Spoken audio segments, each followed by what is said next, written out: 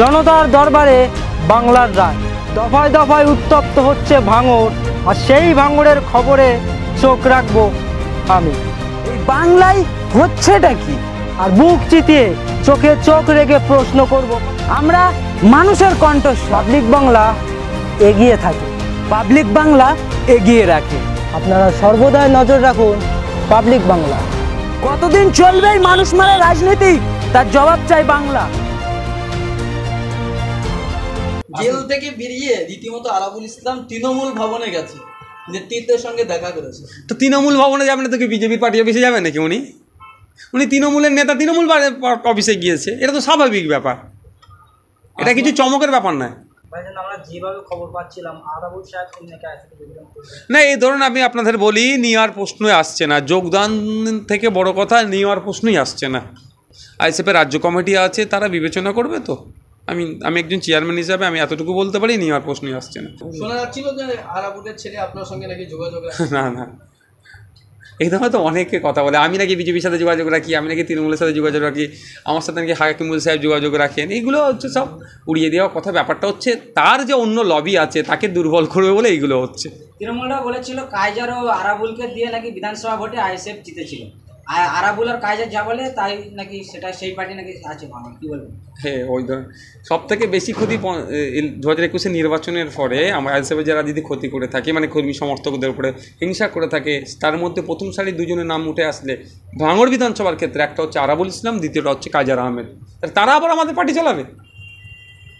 ভাইজান যেভাবে আইএসএফ এর ভাঙন হচ্ছে, কারণ আপনি কি দুর্বল হয়ে যাচ্ছেন? মানে ভাঙড়ে আইএসএফ এর নেতারা এত হিংসা, এত করোড় বড় আটকাতে পারেনি। আমরা 1,25,000 মতো ভোট পেয়েছিলাম, সেই জন্য গণনা কেন্দ্র থেকে আমাদের লোককে মেরে বার করে দিয়েছে, আমাদের লোককে সেখান থেকে তাড়িয়ে দিয়েছে, আমাদের প্রার্থীর উপর আক্রমণ হয়েছে। মানে বুঝতে পেরেছেন, আমি একটু দুর্বল হবো না, একটু হচ্ছি না, কারণ ভাঙড়ের মানুষ আমার সাথে আছে। এটা হচ্ছে আমার বড় জয়।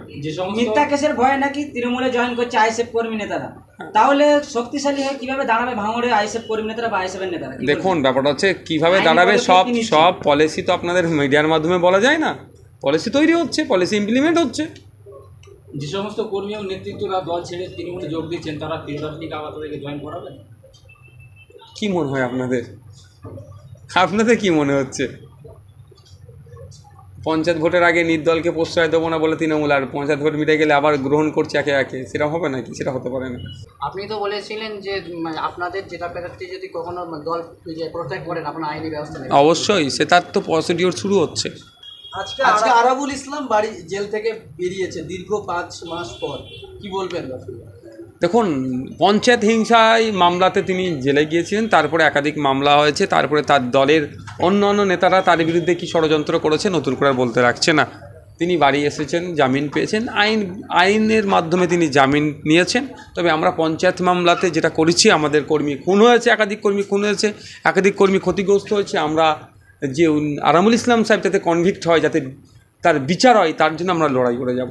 উনি বর্তমান পঞ্চায়েত সমিতির সভাপতি, ওনার যে নামের ভোট ছিল নামের ভোট তুলে দেওয়া হয়েছে। এমনকি পঞ্চায়েত সমিতি আরাবুল বিরোধীরা পঞ্চায়েত সমিতির অনেক ঘরে গিয়ে তারা মিটিং করছে, এমনকি তারা বলছেন যে আরাবুল ইসলাম হচ্ছে দুর্নীতিবাজের কোনো জায়গা নেই। সেটা তার দলীয় ব্যাপার বলতে, কারা মানে তাদের দলের মধ্যে তারা কাকে পঞ্চায়েত সমিতি সভাপতি করবেন, কাকে মানবেন না, তাদের রাজনৈতিক দলীয় ব্যাপার। তবে এতটুকু আমি বলবো, এটা হচ্ছে ভাগ বাটোয়ারার লড়াই হচ্ছে তাদের মধ্যে। কে কত পার্সেন্টেজ, 25% কারা কন্ট্রোল করবে, এর লড়াই চলছে। এটা মানুষকে উন্নয়ন করব, মানুষকে পরিষেবা দেবো, মানুষের পাশে থাকবো, এই লড়াই তাদের মধ্যে, এই কম্পিটিশন নাই। জেল থেকে বেরিয়ে রীতিমতো আরাবুল ইসলাম তৃণমূল ভবনে গেছে, নেতৃত্বের সঙ্গে দেখা করেছে। তো তৃণমূল ভবনে যাবেন না তো কি বিজেপির পার্টি অফিসে যাবেন নাকি? উনি তৃণমূলের নেতা, তৃণমূল অফিসে গিয়েছে, এটা তো স্বাভাবিক ব্যাপার, এটা কিছু চমকের ব্যাপার নয়। আসমা বিবি বলছেন যে নওশাদ সিদ্দিকী মানুষের পাশে থাকছে না, তিনি অনেকবার আপনাকে ফোন করেছেন, পাননি, এবং আইএসএফ থেকে কোনো সাপোর্ট পায়নি। তার 4 জন কর্মী আর কি আহত হয়েছে, মানে হসপিটালে ভর্তি ছিল, কোনো আইএসএফ কর্মী বা নেতৃত্বরা দেখতে যায়। ব্যাপারটা হচ্ছে, আমি আপনাদের বলি, সব সময় ফিজিক্যালি যে উপস্থিত থাকতে হবে এরকম ব্যাপার নয়। তাদের পরিবারের লোকজনকে আর্থিক সহযোগিতা থেকে শুরু করে বিভিন্ন আইনি সহযোগিতা আমাদের দেওয়া হচ্ছে কি দেওয়া হচ্ছে না, সেটা খোঁজ নেবেন। এবং ভাঙড়ে তো আমাদের অনেক নেতৃত্বরা আছেন, অনেকে জেল কেটেছেন, তাদেরকে জামিনের ক্ষেত্রে আইএসএফের কী ভূমিকা আছে না ভূমিকা আছে জিজ্ঞাসা করুন। আর ফোনের কথা যেটা বলছেন, আমি এটা একদম ফেলে দেওয়ার কথা বলবো না, কারণ ফোন আমি আজকাল বেশি ইউজ করছি না, আমাদের অফিসেই থাকে, সুতরাং সেখানেও একটা লিমিটেশন টাইম পিরিয়ড থাকছে। তারপরেও বলবো, যার যেরকম সুবিধা হয়, আমাকেও না ফোনে পেলে আমাদের যারা অ্যাসোসিয়েট আছে তাদের সাথে যোগাযোগ করলেও সেই সমস্যাগুলো আমরা সমাধান করার চেষ্টা করি।